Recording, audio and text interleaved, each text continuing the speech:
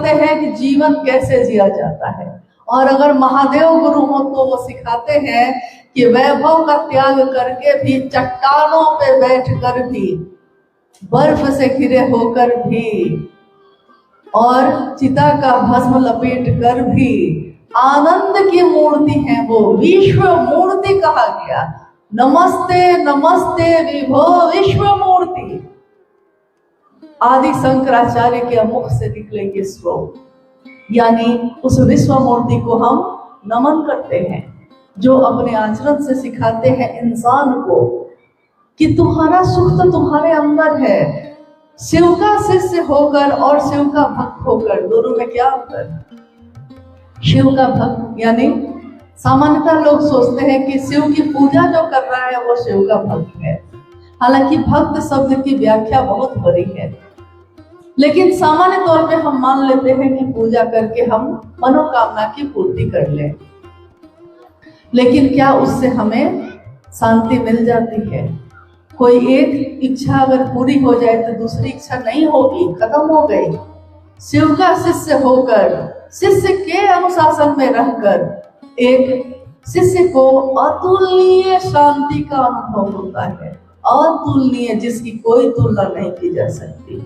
और इसके लिए साहब हरिदानंद जी ने ये कहा है कि कुछ भी छोड़ने की जरूरत नहीं है। ऐसा नहीं है कि घर छोड़कर कहीं जाना है, तपस्या करने कहीं बैठना है, मंत्र जपने के लिए कहीं बैठना है, कुछ भी ऐसा नहीं करना है।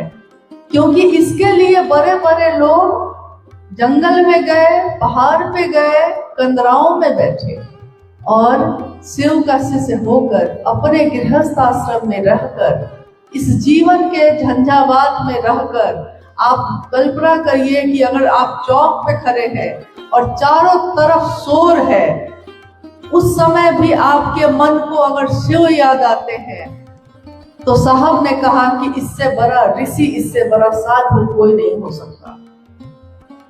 क्योंकि शांत जगह पे जाके ईश्वर को याद करना आसान है, लेकिन चारों तरफ शोर मचा हो और तब भी आपको वो महादेव याद आ जाते हैं, कोई याद दिला देता है, आप किसी को याद दिला देते हैं, ये मामूली बात नहीं है। तो जो चीजें देखने में साधारण लगती है वो मामूली होती नहीं, लेकिन इस जगत का एक तरीका है, इसका एक स्वभाव है कि जब कोई ईश्वरीय शक्ति, कोई ईश्वरीय ऊर्जा धरती पर उतरती है ना, शरीर में रहती है, लोग उसकी कदर नहीं करते। जब वो शरीर से चला जाता है तब उसके पीछे दौड़ते हैं। लेकिन अब वो इतना सूक्ष्म है कि वो आपके इन पकड़ में आने वाली चीजों से पकड़ाएगा ही नहीं। अब ढूंढिएगा भी तो कहाँ ढूंढिएगा? वहीं जहां दर्द होता है दवा भी वही होती है, लेकिन हम दवा को पूरे दुनिया में ढूंढते हैं। कस्तूरी मृग के नाभि में ही होता है, लेकिन वो पूरे जंगल में ढूंढता है। वैसे ही वो महादेव मेरे अपने बनकर, क्योंकि हमको नहीं पता भगवान के रूप में उनसे कैसे मिला जाता है, लेकिन गुरु और शिष्य के रूप में हमको पता है। शिष्य तो अज्ञानी ही है, तभी वो गुरु के पास गया है। शिष्य को कुछ नहीं आता, इसीलिए तो वो गुरु के पास गया है। तो गुरु मानकर, शिष्य बनकर चलना आसान है। तीनों सूत्र जो बात आप सुने हैं, मन ही मन उस शिव से दया मांगना। हे शिव, आप मेरे गुरु हैं, मैं आपका शिष्य हूँ, मुझ शिष्य पर दया कर दीजिए। शिव की चर्चा करना, शिव की बात करना, दूसरा सूत्र यही तो है। शिव की चर्चा मतलब क्या? हम जिसके बारे में सबसे ज्यादा बात करते हैं, हमारे मन में सबसे ज्यादा भारी वही होता है। अगर दिन रात कोई लोहा लोहा लोहा लोहा उसका व्यापार कर रहा हो, उसको सपने में भी लोहा ही दिखाई देगा, क्योंकि उसका मन इतना भर गया इस बात से। जिसकी बात करते हैं, कभी आपने देखा होगा कि हमारे परिवार समाज में कुछ वैसे भी लोग हैं जो किसी के बारे में अच्छा नहीं बोलते, हमेशा दूसरे के बारे में गलत गलत गलत। नतीजा क्या होता है? उनका ही मन का सुख खो जाता है, खत्म हो जाता है। यानी संकीर्ण की बात करने वाले का मन भी संकीर्ण होता है, विराट की बात करने वाले का मन भी विराट होता है। और शिव की बात करने वाले का मन भी शिव जैसा होता है। इसलिए शिव की बात करिए ज्यादा, जैसा आता है, जितना आता है, क्योंकि आपको पता ही है वो महादेव नाराज नहीं होते। अब शब्द अर्चना के सुधार लेंगे सबको। हमारा मन में अगर अर्चना का भाव हो, उनकी पूजा का भाव हो, और हमको श्लोक नहीं आता तो अपशब्द हो गया ना, वो गलत हो गया, उच्चारण सही से नहीं हुआ, लेकिन हमारे उच्चारण को भी वो भाव में बदलकर ग्रहण कर लेते हैं। यानी वो सत्ता ऐसी है जहां भाव ग्रहण होते हैं, वहां आपकी चीजें ग्रहण नहीं होती। भाव सत्ता है, शिव भाव ग्रहण होता है। आइए हम लोग किसी जिज्ञासा पे बात कर लेते हैं। जिज्ञासा है, शिव गुरु की चर्चा अध्यात्म की गंगोत्री है कैसे? शिव गुरु की चर्चा अध्यात्म की गंगोत्री है कैसे? जिज्ञासा तो आपने सुनी ही, शिव गुरु की चर्चा ना, शिव गुरु की चर्चा, हाँ, शिव गुरु की चर्चा आध्यात्म की गंगोत्री है। शिव गुरु की चर्चा जैसे ही हम करना शुरू करते हैं, यानी बात करना, महादेव की बात, महादेव महादेव महादेव महादेव, और महादेव महादेव करते करते हमारे मन की संकीर्णता कहाँ खत्म हो जाती है हमको पता ही नहीं चलता। हमको अब याद नहीं कि किसकी क्या जाती है, लेकिन पहले तो याद थी, पहले याद आती थी किसके यहाँ जाना है, किसके यहाँ नहीं जाना है, किसका छुआ पिएंगे, किसका छुआ नहीं पिएंगे। लेकिन महादेव का नाम लेते लेते मन में ये उतर गया कि अरे जो मैं हूँ वही तो वो है। अगर मेरे अंदर शिव है तो उसके अंदर क्या है? अगर मेरी रगों में खून बहता है लाल तो उसकी रगों में क्या है? ये समझ आने लगती है। हॉस्पिटल जाइए, डॉक्टर कह दे कि खून चढ़ाने की जरूरत है, उस समय आप पता करते हैं किसका खून है? नहीं, क्योंकि जीवन का प्रश्न है। जीवन का प्रश्न जब आता है तो आदमी की संकीर्णताएं खत्म हो जाती हैं। खून चढ़ाना है तो खून की बोतल खरीद के लाते हैं और चढ़वा देते हैं बिना ये पता किए। ये सारी संकीर्णता तब होती है जब हम छोटे छोटे टुकड़ों में बटे होते हैं। यानी शिव की चर्चा यानी आध्यात्म की गंगोत्री। गंगोत्री कहते हैं जहां से गंगा निकलती है। जब गंगा निकलती है जहां से, वहां का पानी, कभी कभी एक दो बार ऐसा हुआ कि कोई गया था वहां, तो वहां से वो डब्बे में पानी लाकर साहब के पास, वहां रांची में जो उपवन है, साहब के पास उस गुरु भाई ने लाकर दिया, कहा कि गंगोत्री गए थे। पानी को देखा हमने तो शीशे की तरह चमक रहा था वो पानी, मतलब इतना साफ, देखने से ही लग रहा था कि एकदम साफ स्वच्छ है। शिव की चर्चा यानी उसमें कोई गंदगी नहीं। जहां शिव की बात होगी वहां गंदगी हो ही नहीं सकती। और गंगोत्री है अध्यात्म की, यानी अध्यात्म का अर्थ ही होता है जहां पे कोई जाति धर्म की बात नहीं हो रही है, इंसान के ईश्वर से प्रेम की बात हो रही है, इंसान के इंसान से जुड़ाव की बात हो रही है। मूल हम लोगों का जन्म तो एक ही है, दुनिया में आके हम लोग बटे, राज्य में, जिले में और विभिन्न चीजों में।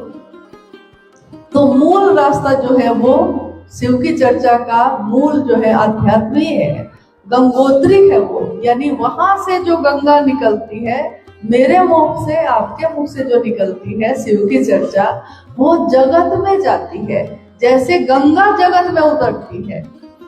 और एक काम और होता है कि जब गंगा निकलती है तो बहुत साफ होती है, लेकिन जैसे जैसे पहाड़ से उतरकर वो धरती पे आती है, वैसे वैसे रास्ते की गंदगियां भी उसमें शामिल होने लगती हैं।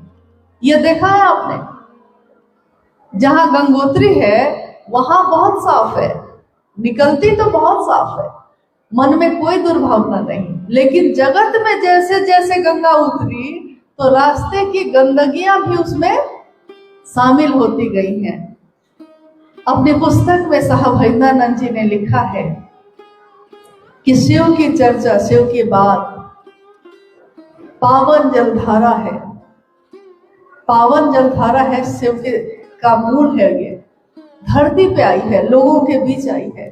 स्वाभाविक है कि रास्ते की गंदगियां शामिल होंगी उसमें, यानी कोई अपने विचार लेकर उसका दोहन करेगा, कोई शिव चर्चा का नाम लेकर कुछ काम करने लगेगा, कोई शिव चर्चा का बैनर लगा के कुछ करने लगेगा, कुछ ना कुछ गंदगियां शामिल होंगी, जगत है ये। लेकिन पावन पावन ही रहता है। रास्ते की लाख गंदगियां उसमें शामिल हो जाए, पावन अपवित्र नहीं होता, कभी नहीं। लाख गंदगियां शामिल हो गई, लेकिन माँ गंगा पावन है तो पावन है। शिव की शिष्यता की गंगोत्री जो निकली थी साहब और दीदी के हृदय से, आज जगत में है, करोड़ों लोगों के जीवन में उतरी है। रास्ते की गंदगी कुछ तो शामिल होगी, लेकिन पावन पावन ही रहेगा, वो अपवित्र नहीं हो सकता। और इसकी जिम्मेदारी तो महादेव खुद ही लेते हैं। और कुछ है, एक करके छोड़ देते हैं, एक और जिज्ञासा करके छोड़ देते हैं, गिराने दो, छोड़ देते हैं। अब आपका ये कार्यक्रम जो है अंतिम जिज्ञासा के साथ समापन पे जाएगा, लेकिन उससे पहले एक बात हम कहना चाहते हैं। अभी थोड़ी देर पहले भाई अजय जी आए और बाकी गुरु भाई लोग भी आए, सब कोई ने कहा कि हाँ, अमृतसर में एक शिव गुरु महोत्सव होना चाहिए, जो मैदान में खुले में होना चाहिए, जहाँ पे सब कोई आ सके, हर तरह के गुरु भाई गुरु बहन जो नहीं भी हो, जो शिव के से नहीं भी हो, वो भी सुन सके शिव की बात।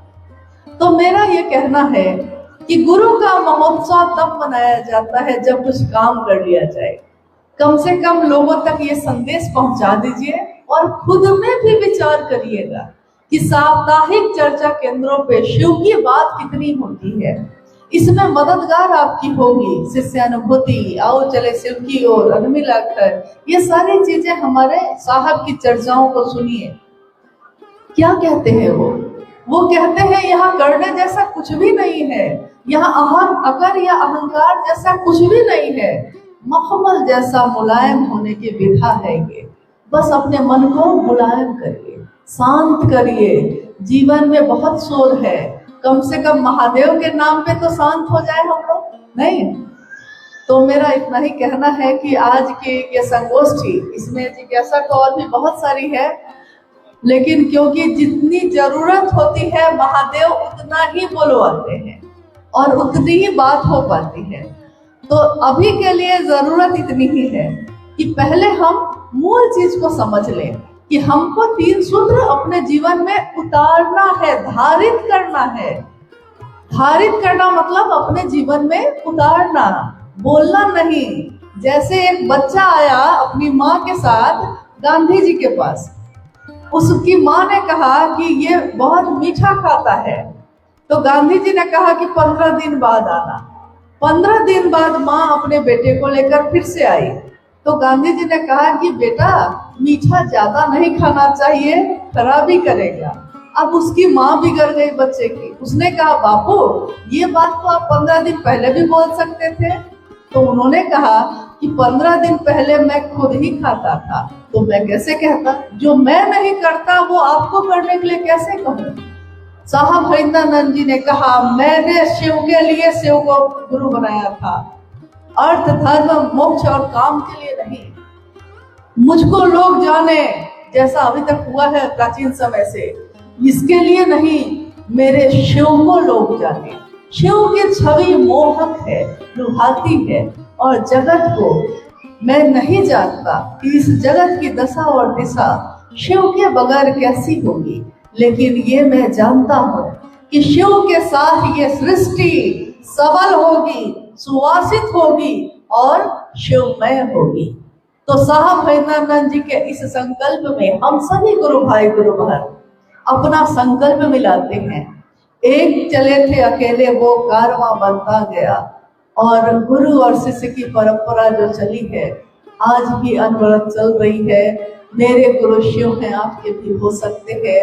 ये संदेश जहां तक पहुंचा सकते हैं पहुंचाइए, अपनी बात दूसरों से कहिए, दूसरे की समीक्षा ना करिए। महादेव का काम बाकी है, हम अपने अपने लेके बैठे हैं, अपनी परेशानियों को लेके बैठे हैं।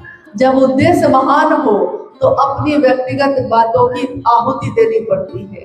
आपको अच्छा लगता है कि बुरा, इसका कोई अर्थ नहीं। शिव को क्या अच्छा लगता है, क्योंकि जब शिव का कोई होता है तो वो वही करता है जो शिव को अच्छा लगता है।